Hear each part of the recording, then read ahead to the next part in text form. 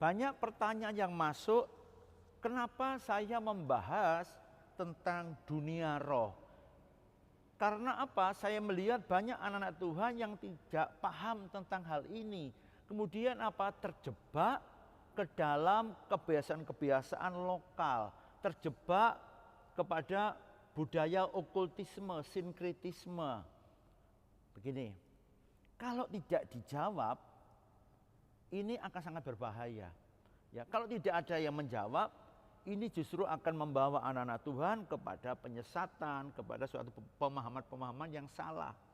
Karena memang di Indonesia terutama, juga di Asia pada umumnya, kemudian di Afrika dan di Amerika Latin, kemudian juga ada di beberapa belahan bumi, mereka mempercayai okultisme, sinkretisme. Mereka melibatkan diri kepada hal-hal yang demikian dan menganggap itu hal yang wajar.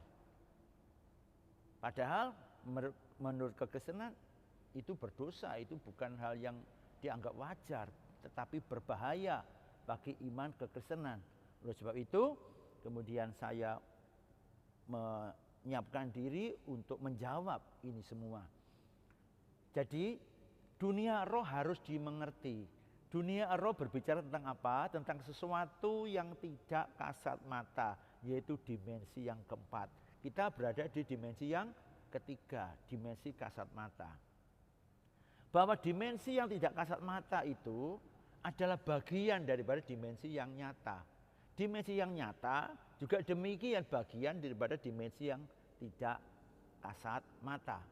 Saya sering katakan apa yang terjadi di alam roh terjadi di alam nyata, dan apa yang terjadi di alam nyata cerminan daripada alam roh.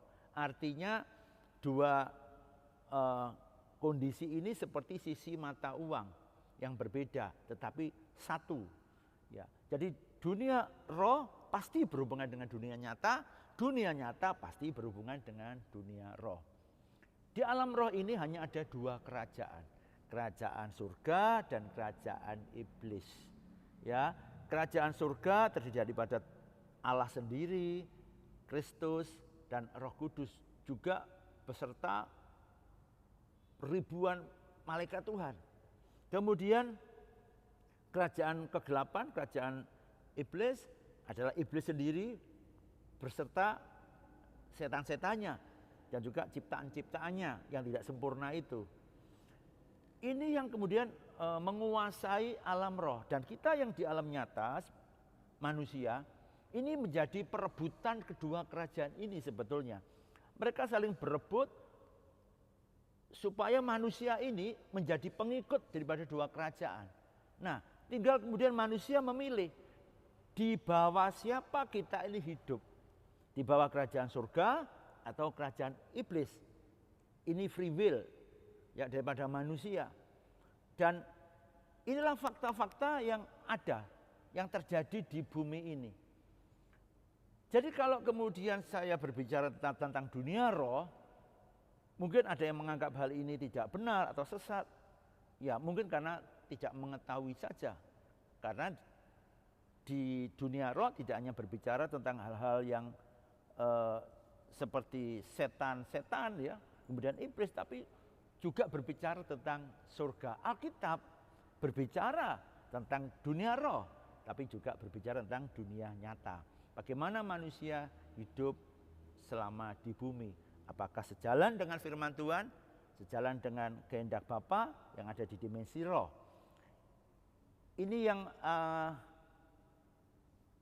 bukan masalah sepele, tetapi juga kita semua harus menyadari keberadaan ini. Ada yang mengatakan, aku tidak percaya hantu, aku tidak percaya setan. Tapi saya ingin beritahu, ketika kita mengatakan tidak mempercayai hal itu boleh-boleh saja, sah-sah saja. Tetapi janganlah kemudian kita dipermainkan oleh suatu kerja setan iblis, membuat kita kemudian memahami itu supaya kerajaan kegelapan kemudian mempermainkan kita. Hantu setan ada, karena itu bagian daripada kerajaan kegelapan. Hati-hati dan terus bongkar. Minta hikmat Tuhan untuk mengerti lebih banyak lagi tentang dunia roh.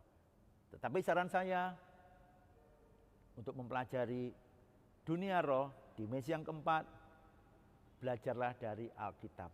Berpijaklah semuanya kepada Alkitab. Sehingga kita tidak salah untuk melihatnya. Kita akan memakai kacamata Allah untuk melihat dimensi roh. God bless you.